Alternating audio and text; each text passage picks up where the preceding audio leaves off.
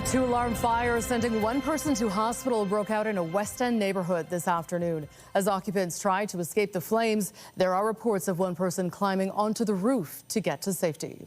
Good evening. Fire crews responded to the two-alarm blaze near Jane and Lambton Avenues around 3 this afternoon. Paramedics tell us an adult was taken to hospital with non-life-threatening injuries, and all the occupants were able to escape.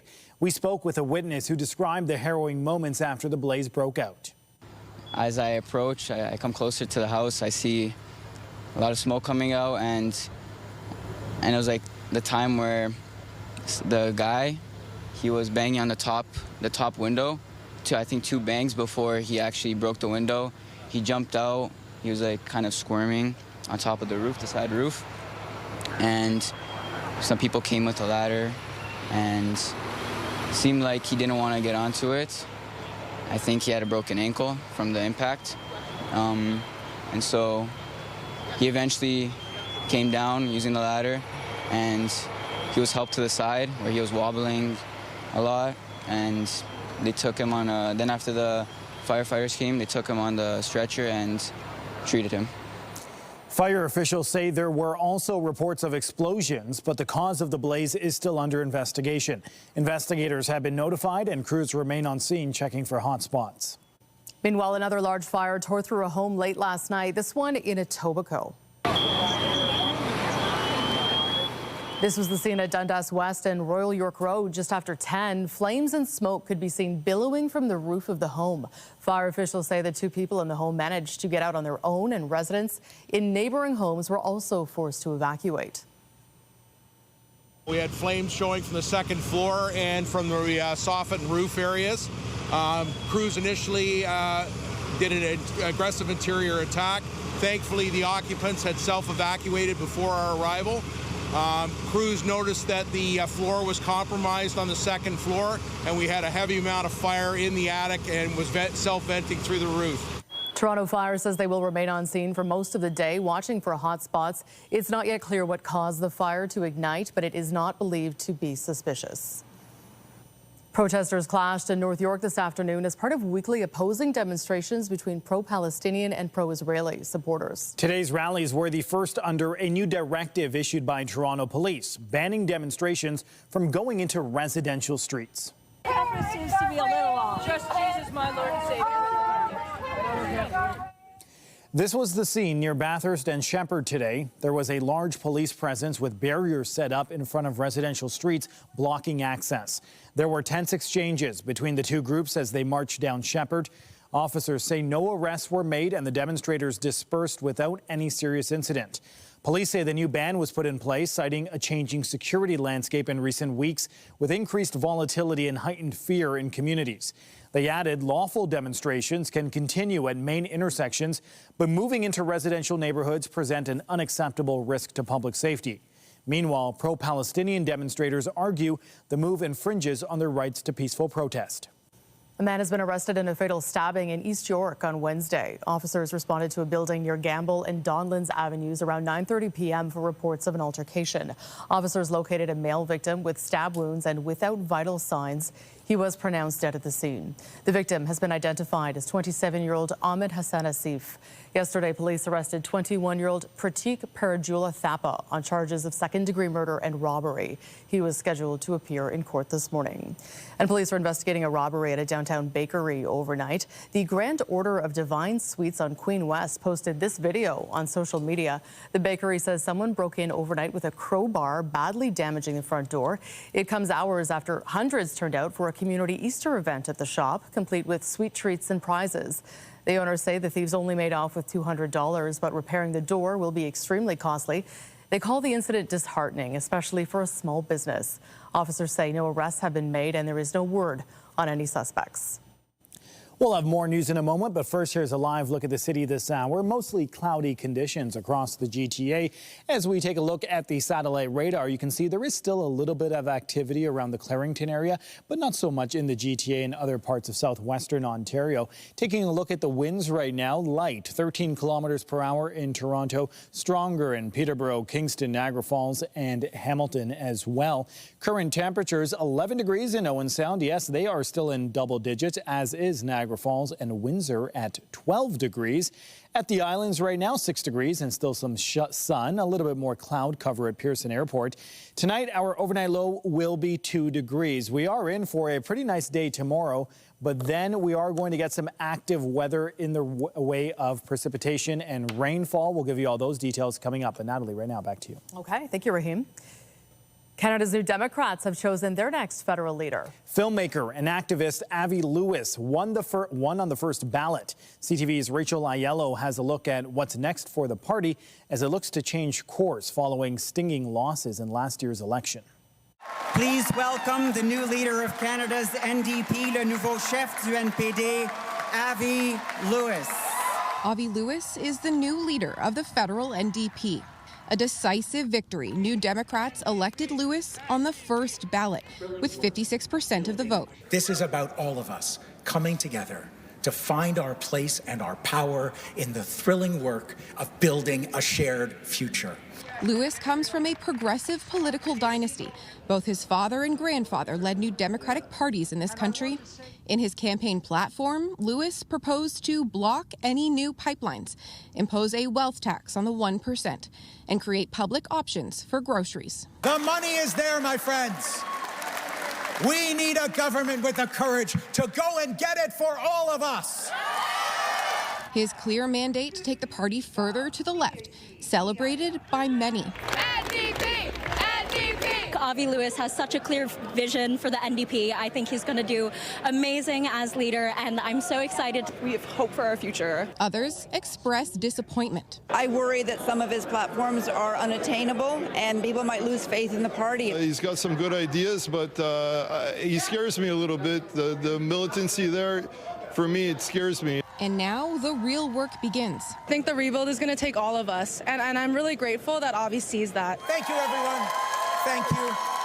Let's get to work. But his ability to unify is already being tested. As soon as Lewis won, the Alberta and Saskatchewan NDP came out swinging, saying his views run contrary to the party's working class roots. I know there's been a lot of talk about division, but I think that what we've seen over the course of this weekend in Winnipeg hopefully shows a brighter future for a party that has been, frankly, irrelevant for the last number of months. Lewis has inherited a party that has a long way to go to reestablish itself as a viable political option.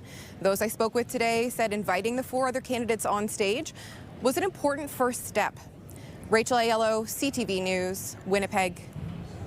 Prime Minister Mark Carney took to social media this afternoon, writing, "Congratulations to Avi Lewis on your election as NDP leader. As Prime Minister, I will always take a collaborative approach to how we build a stronger Canada. And I look forward to speaking about how we can work together to keep delivering for Canadians."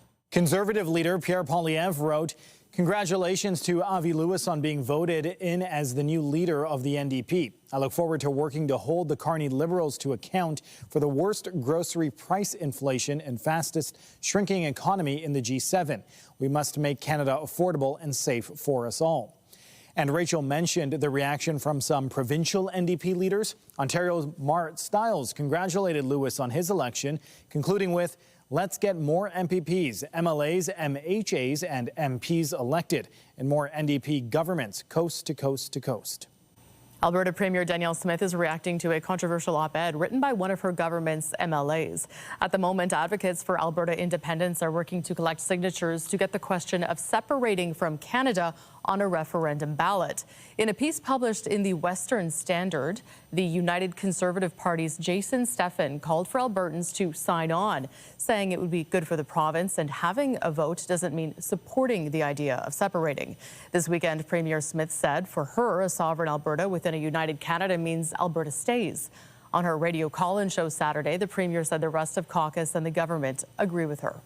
I support Alberta's sovereignty within a united Canada. That means the province of Alberta stays within Canada, and we work to get back the rights that we have under the Constitution. And that's what I've been working on. That's why I signed an MOU with the federal government to work on getting a pipeline to the coast, but also to get control over our electricity system and be able to build out our industry. It's why I'm fighting with them on firearms. We don't want to be confiscating firearms from law-abiding gun owners. The group Stay Free Alberta has until May 2nd to collect just under 178,000 signatures for its petition for a referendum to be successful. Well, it has been another weekend of long lines at U.S. airports as funding for the Transportation Security Administration remains held up by Congress. TSA agents have been working without pay for weeks, and hundreds continue to call out for their shifts as immigration and customs enforcement officers step in to take over some of their duties. While lawmakers in Washington previously reached deals to fund most of the U.S. government, the Department of Homeland Security is still considered shut down. The standoff comes in the wake of the Trump administration's immigration crackdown in Minnesota, and specifically the fatal shootings of 2 U.S. citizens there by federal officers. Democrats are demanding reforms to the way ICE officers and border agents operate in the field. For example, banning the wearing of masks and requiring body cameras. They want changes in ICE tactics. They want changes in policies. Look, the same laws that ICE follows today, the same laws about immigration enforcement have been in place during the Clinton, Obama, and now. The laws hasn't changed. And the things we're talking about, they want to prevent ICE from doing their job. White House border czar Tom Homan said it would be better to discuss any changes to ICE without leaving other parts of the Department of Homeland Security unfunded. Democrats say that's exactly what they tried to do, but it was rejected by the Republican-controlled House. We're not holding up all of the money for all the Department of Homeland Security. That's just a false statement. We have said repeatedly, repeatedly, we should fund TSA, we should fund FEMA, we should fund the Coast Guard. We are not prepared to give ICE another $10 billion on top of the monies they already have and are using in many of these lawless operations. We're not going to give them another $10 billion unless they make fundamental reforms, including holding people accountable for the killing of American citizens. U.S. President Donald Trump signed an executive order directing the department to pay TSA agents. Critics say it's not clear how fast the funds will actually arrive or how long they might last without congressional approval. Now to the latest in the war in the Middle East. Pakistan says it will host talks of some kind between the U.S. and Iran, although Washington and Tehran haven't confirmed the push to end the conflict. Those reports come as the Trump administration sends more ground troops to the region. U.S. officials told the Washington Post that the Pentagon is preparing for weeks of ground operations in Iran. They could involve raids by special operations and conventional infantry troops, according to that report. But it remains unclear whether U.S. President Donald Trump would approve any of those plans. Iran says it is ready to respond to a U.S. ground attack if it comes. It looks clearly like there's going to be ground operations, at least on Karg Island. The important factor to keep in mind here is that ground operations are much more dangerous in this environment now. We haven't seen Western troops really engaged in a war since the emergence of drone warfare. Drone warfare makes them basically sitting targets that are easily hit and that it can hardly be defended against on scale. So there's going to be far more deaths of U.S. soldiers if they're actually deployed than there had been in the past due to these drone technologies. Footage from Tehran today shows significant damage at a university campus. Israel says over the last day, its fighter jets had targeted sites used for weapons research, development, and production. Meanwhile, a blaze broke out at an industrial site in central Israel today. Officials say it was either caused by a weapon fragment from an attack or by part of an interceptor.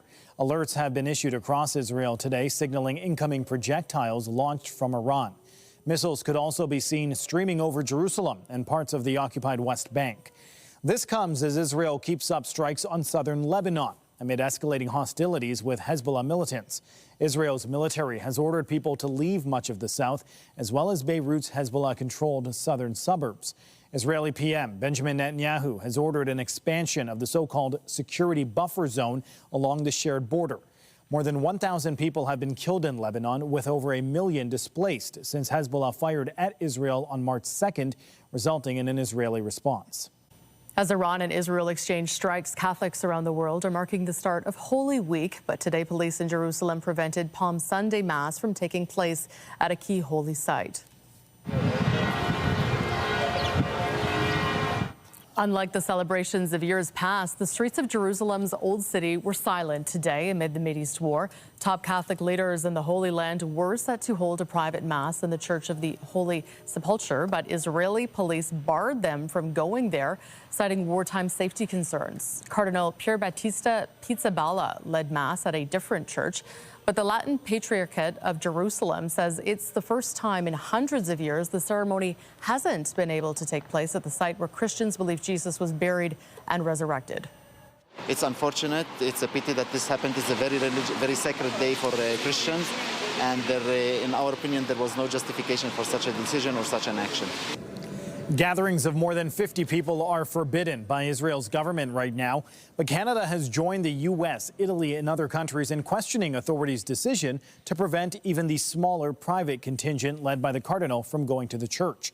Prime Minister Mark Carney said the actions further violate the long-standing status quo of Jerusalem's holy sites, adding people in every faith in Jerusalem should be able to worship freely, fully, and without fear. The office of the Israeli Prime Minister, Benjamin Netanyahu, said the step was taken out of special concern for the safety of church leaders amid bombardment from Iran, and it's working with security services to enable them to worship at the holy site in the coming days. Israeli President Isaac Herzog says he called Cardinal Pizzaballa to express his great sorrow over the incident. He also said Israel remains committed to freedom of religion for all faiths and upholding the status quo at the holy sites of Jerusalem. Combattuto nessuna guerra, ha manifestato. Meanwhile, at Palm Sunday Mass at the Vatican, Pope Leo shared unusually forceful remarks, saying God ignores the prayers of leaders who wage war and have what he called hands full of blood. The ongoing conflict in the Middle East continues to have a negative impact at the pumps as gas prices went up again last night. The 5-cent jump pushed the price of regular to an average of $1.77.9 per litre at most GTA stations. Dan McTague, the president of Canadians for Affordable Energy, says that price is expected to hold until Wednesday. An update now to a story brought you more than a year ago as a Richmond Hill family continues to fight to keep their small jewelry brand alive. The business, which was located in 10 Hudson's Bay stores across the GTA, needing to start from scratch and pivot online after the department store closed all of its locations. CTV's Mike Walker has their story.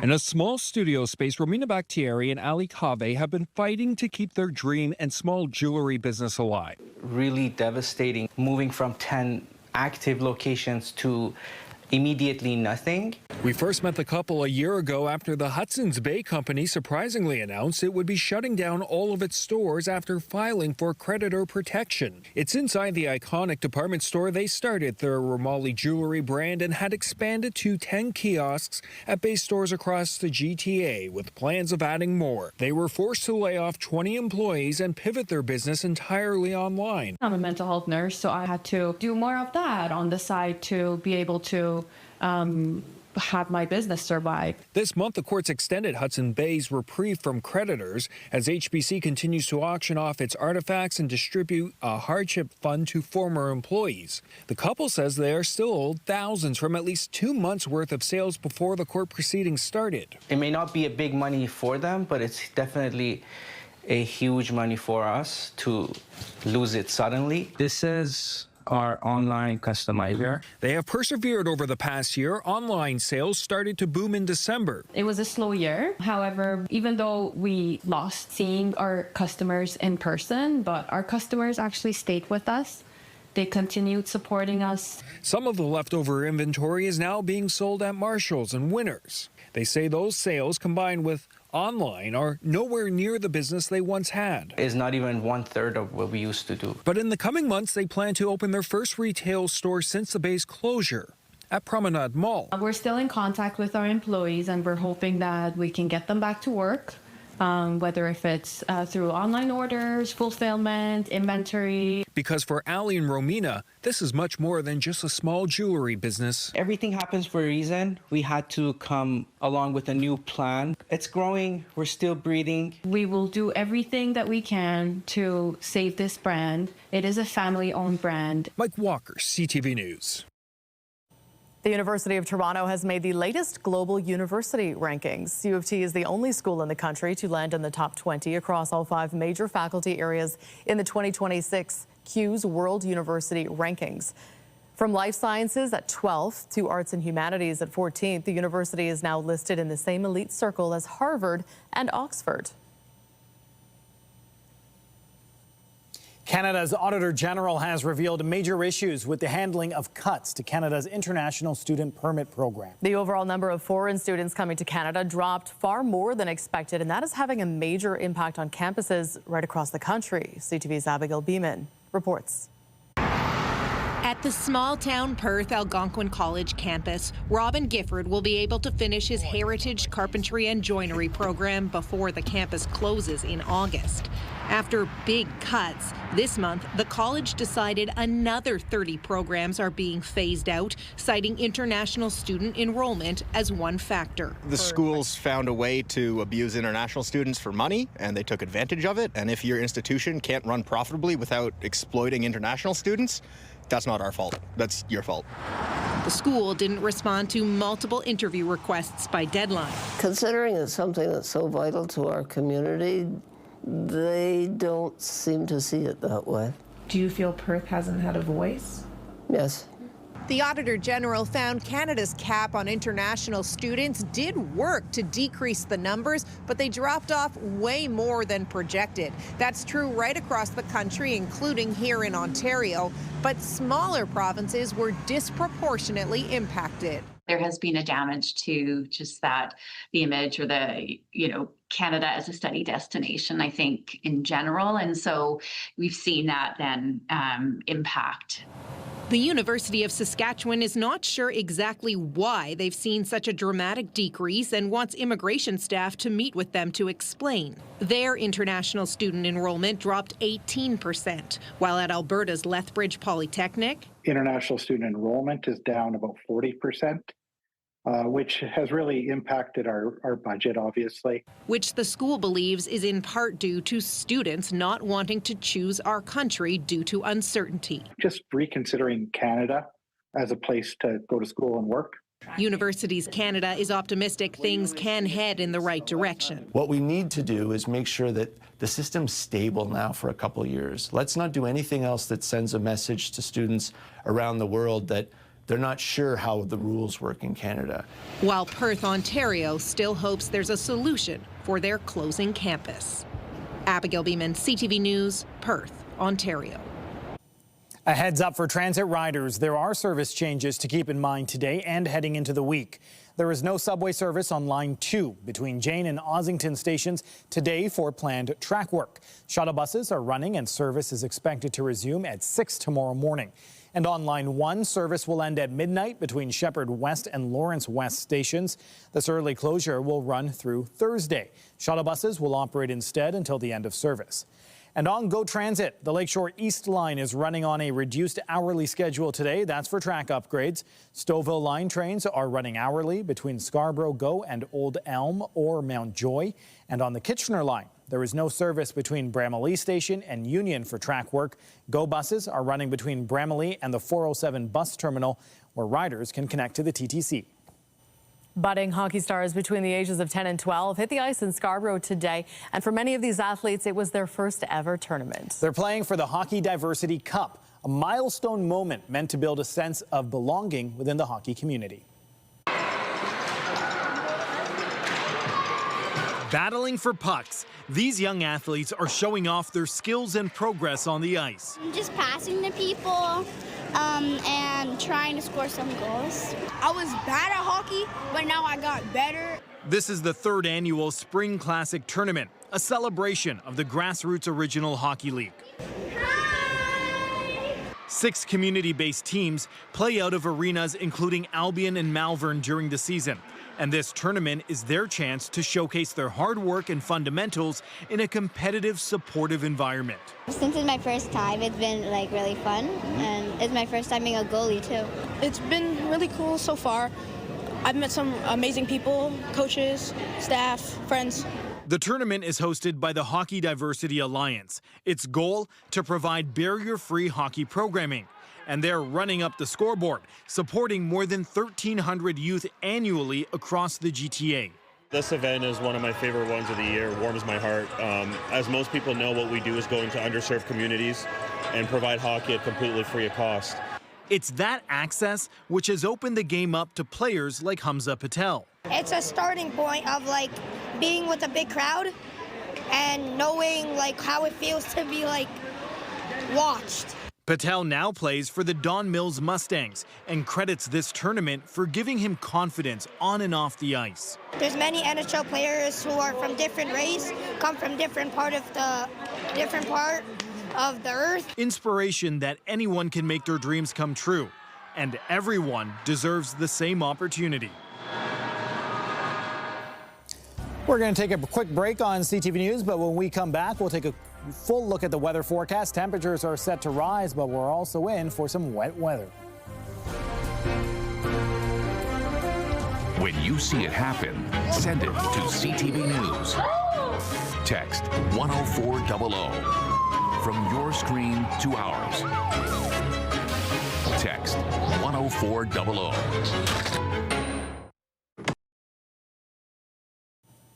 Final preparations are being made for NASA's Artemis II mission, the first crew journey toward the moon in more than 5 decades. Canadian astronaut Jeremy Hansen is part of the 4-person crew set to launch from Kennedy Space Center in Florida as soon as Wednesday. Hansen will serve as the mission specialist and become the first non-American to travel beyond low Earth orbit. The space agency attempted to send the 4 astronauts on a 10-day lunar fly-around in February, but the launch was delayed by hydrogen fuel leaks and helium flow problems. CTV science and technology expert Dan Riskin says this is a historic time for space travel. We've sent Artemis I, which was an uncrewed spacecraft that had nobody on board, went around the moon and came back. That mission did not go as planned. There were some big surprises in terms of how the heat shield performed. So adjustments had to be made. It took a couple of years, but now we're ready for phase 2. And so this is Artemis II. This is to send these 4 astronauts up around the moon and back, and to test all the systems that are involved with that so that we can move on to Artemis III and then Artemis IV, which will be landing on the moon and walking around. The Artemis II mission has faced multiple delays in the lead up to the launch. The crew is expected to take off April 1st at 6:24 p.m. Eastern Time. But if there are more delays, there are 6 other windows for liftoff between the 2nd and the 30th. Hansen will be the first non-NASA astronaut to join a lunar mission. Temperatures are set to rise for the start of the work week, but weather experts say that doesn't mean nicer conditions are here to stay. I think we have to be a little bit more patient. I think this weather whiplash stuff is still with us. That's something that dominated the month of March. And so what we're going to see, I think, next week and then going forward, we see some consistency in the weather, something that you can say, well, I'll wake up on Monday and I'll think about doing something weather-wise that's nice on Thursday, and you've got the good weather for it. So that's what we're kind of waiting for, not just this up and down yo-yo kind of weather. Well, hopefully Dave Phillips can give us some good news in terms of no more yo-yo effect, because it's been hard. It's been hard to dress. It's been hard to get some consistency going outside and enjoying the outdoors. My son asked if he could wear shorts today. And what was your answer? Because it's almost April, and I said not a chance. Yeah.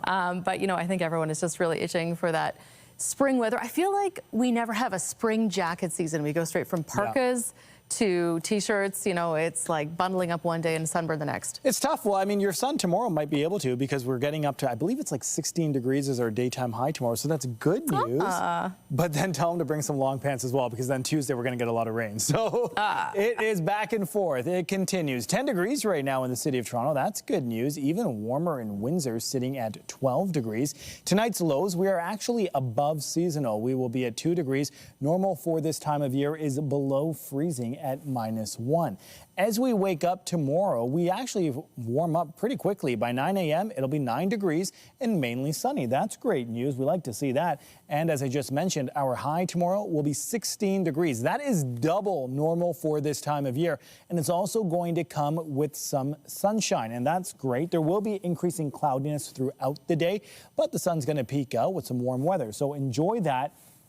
Then we transition, as I show you our forecast radar, we transition into some wet weather. So Monday's looking great. Fast forward now to Tuesday. You can see near midnight through the overnight hours into Tuesday morning, we are going to be getting a significant band of wet weather, not only in the GTA, but also throughout southwestern Ontario. In fact, London and Windsor, they are going to get the worst of it, as you'll see in just a second here. So the system moves on, and you can see by Wednesday at midnight, while it's passed in the GTA, London and Hamilton area, they'll still be dealing with some weather.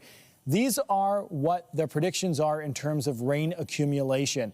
By Tuesday at 11:30 p.m., 32 millimeters of rain expected in London, 18 millimeters in Toronto. So quite significant. You're going to want to make sure that you have your rain gear handy. We've talked about Monday, Tuesday, also a risk of thunderstorms, 16 degrees. So it's still remaining quite warm.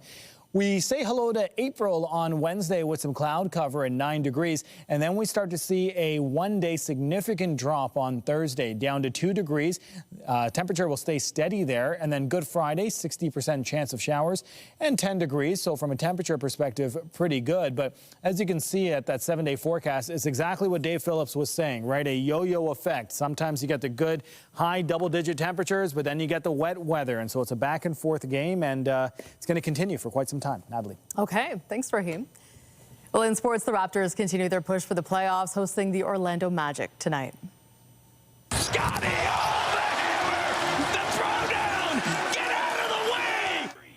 Toronto is coming off a 119-106 victory over the New Orleans Pelicans on Friday night. The Magic sit 2 games behind the Raptors in the Eastern Conference. The game tipped off just after 6 p.m. with Toronto currently leading in the first quarter. On the diamond, the Blue Jays were looking for an opening series sweep against the Athletics this afternoon. Franchise record going back to 1977 as Okamoto drills one. High, deep, gone! We love to see it. Already up 3-0. Kazuma Okamoto extended the Jays' lead in the 4th inning, hitting his first career MLB home run to right center field. Toronto won 5-2, sweeping the series. Now, Eric Lauer, who started for the Jays, struck out 9 in just over 5 innings of work. Toronto will open another homestand tomorrow, welcoming the Colorado Rockies to town. And to the ice, the Raptors were looking to get back in the win column, hosting the Vancouver Golden Knights at Coca-Cola Coliseum this afternoon. Fast, walks the line, top of the circle, off the pad, another chance, Turnbull, Toronto scores! Blair Turnbull opened the scoring for the Raptors less than 3 minutes into the game. However, Vancouver battled back to take the lead in the second, and they held on for the 3-2 win. The Raptors are back on the ice Wednesday, taking on the Ottawa Charge. And the Maple Leafs were on the ice last night in St. Louis, looking for a 3rd straight win. Ben McCabe on the board with the pair today. And there's the shot, scores. There you go. Oh, the McCabe's on a scoring spree. Jake McCabe opened the scoring for the Leafs in the 3rd period for his 5th of the year, putting Toronto within 1 goal. But that was it for the Buds. The Blues skated off with a 5-1 win. The Leafs will now head to California for a 3-game road trip, starting in Anaheim against the Ducks tomorrow night. To minor hockey now, and the incredible volunteer effort giving young players a head start on the ice at Ted Reeve Arena. Any family who has been through that East End program knows the name Coach Paul. And to local players and parents, he is a House League hero. Well before the sun is up, Paul Pellman arrives at Ted Reeve Arena every Saturday and Sunday morning. Okay. To ready a rink that won't sit silent for long. You'll see it's pandemonium. We have parents, kids, grandparents. It's magnificent. And in the calm before the chaos, Coach Paul puts every piece in place. These are for our volunteers to wear on the ice so that they identify themselves as the tight coaches. Calling the shots for the setup. 2 nets only, yeah. Only 6. I think have it at the end. It was 22 years ago that Pellman started this hockey house league with his friend Bob Acton. I call it my therapy. I'm a divorce attorney by day, so I see a lot of ugliness. This is all good.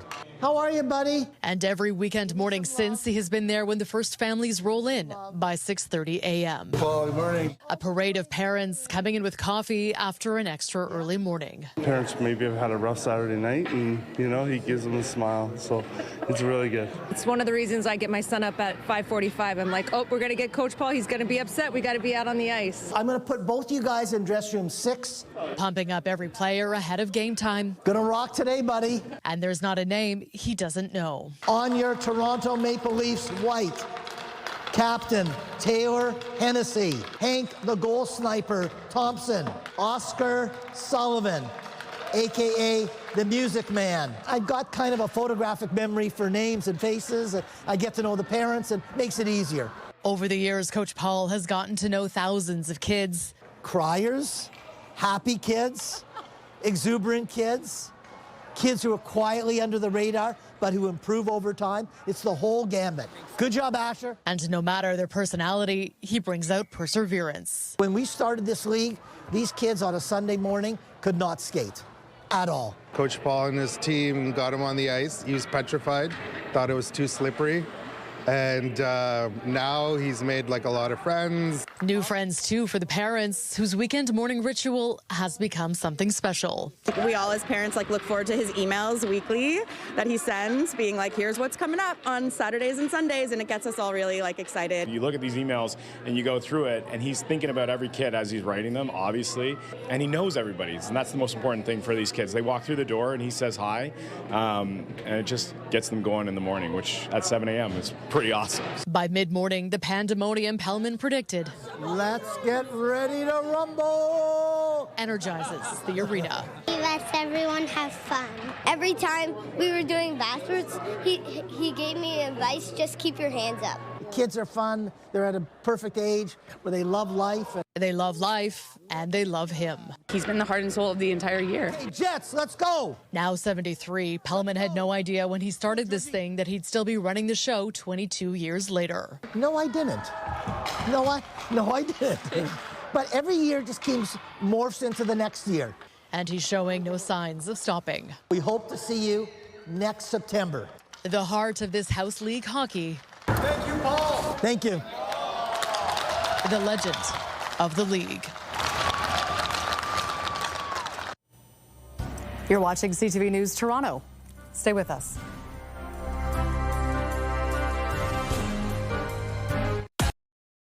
Amid rising tensions with the U.S., the federal government last year said it was reviewing a plan to buy dozens of F-35 fighter jets from Lockheed Martin. Ottawa has considered alternatives for updating Canada's fleet, including Gripen jets from Sweden. But the CEO of manufacturer Saab says it's not clear when the review might be completed.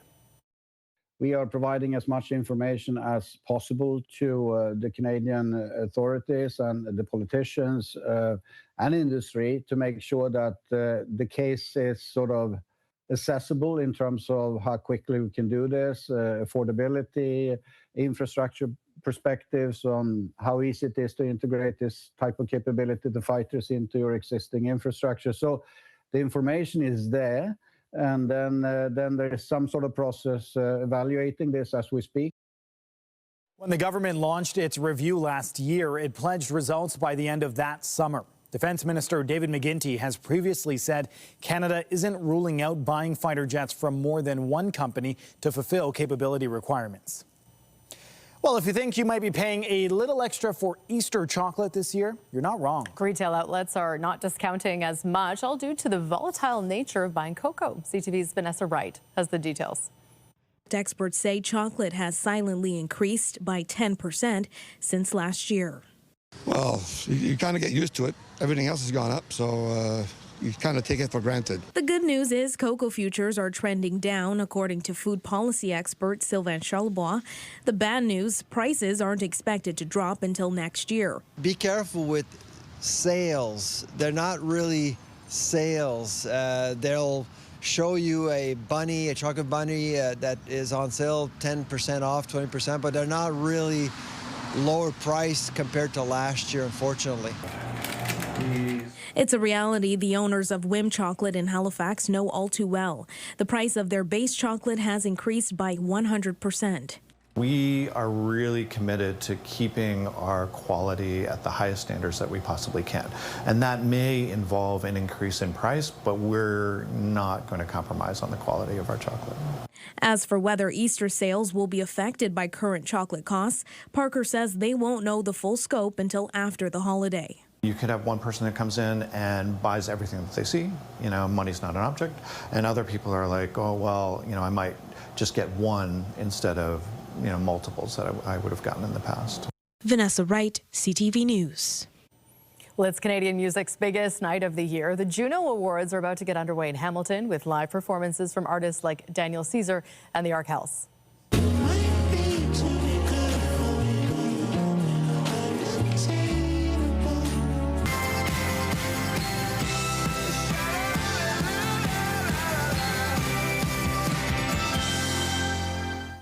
Tonight's event comes on the heels of an awards gala presentation last night, with Tate McRae picking up several awards, including Single, Album and Artist of the Year. Nelly Furtado is among several artists set to be inducted into the Canadian Music Hall of Fame.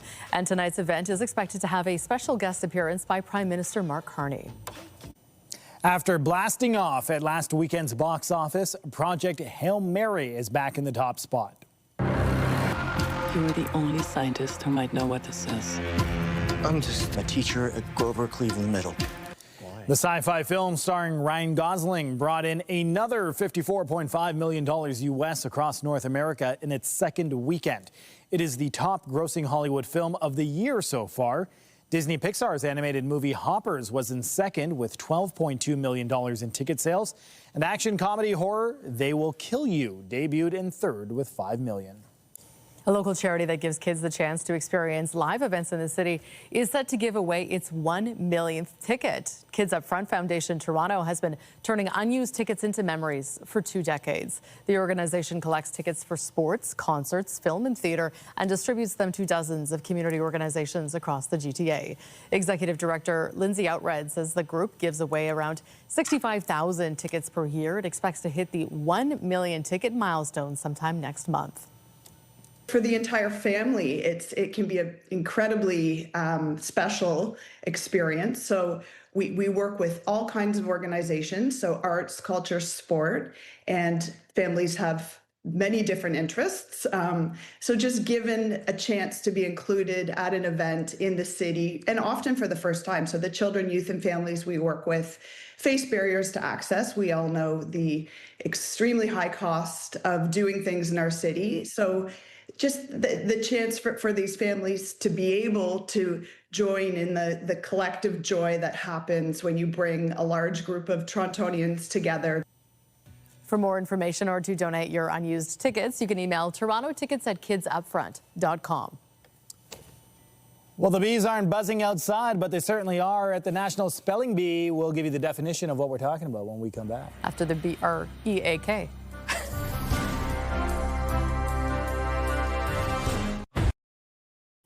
Well, some of the province's brightest young wordmasters were in Kitchener this weekend for the Scripps Regional Spelling Bee. And it was a Toronto boy who came away with the top prize. CTV's Krista Simpson has the story from the bee.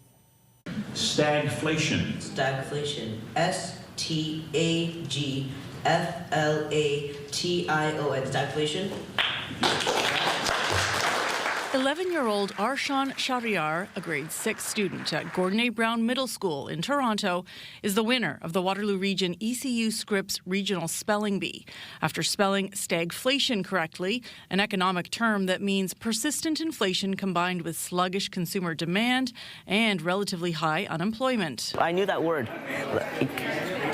I've studied it so many times. The event featured 17 students from schools in Waterloo Region and the Greater Toronto Area. The youngest competitor was in grade 3, the oldest grade 8. Shahryar will now head to Washington, D.C. to the Scripps National Spelling Bee in May. It will be his third time at the prestigious event. I got to the quarterfinals first round last time, both times, and I got out, unfortunately. So I'm aiming for more this year. It's just a wonderful opportunity for students to experience the stage, to improve on their self-confidence, public speaking, and really it's these kids gives an opportunity for them to compete in an environment that's not on a soccer field, that's not in a volleyball court, that's not on a hockey rink. These kids study, and some of the students study up to 4 hours a night. So they're passionate about spelling, and we are so very proud of them. Shahryar will be one of 2 Ontario students at Scripps. He'll be joined by the winner of the Windsor Area Regional Spelling Bee, Isaac Brogan. It's very exciting. It's a different experience. It's once in a lifetime. I don't know if you ever watched them before, but like when they get to the national ones and sometimes they're on ESPN, they're incredible. Like they're intense, the crowds are cheering. It's a whole massive event to watch. How do you spell ESPN? Don't put me on the spot here.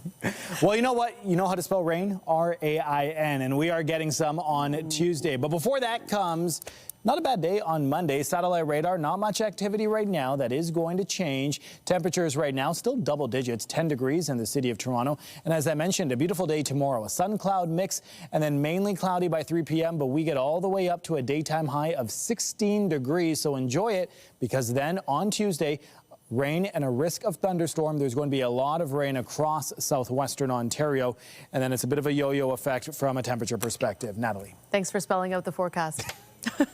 Be sure to join us tonight at 11 for CTV National News, followed by our next local newscast at 11:30. In the meantime, our coverage continues anytime on CP24 and online at ctvnewstoronto.ca. For all of us here at CTV News, thank you for watching and bearing with us. Have a good night.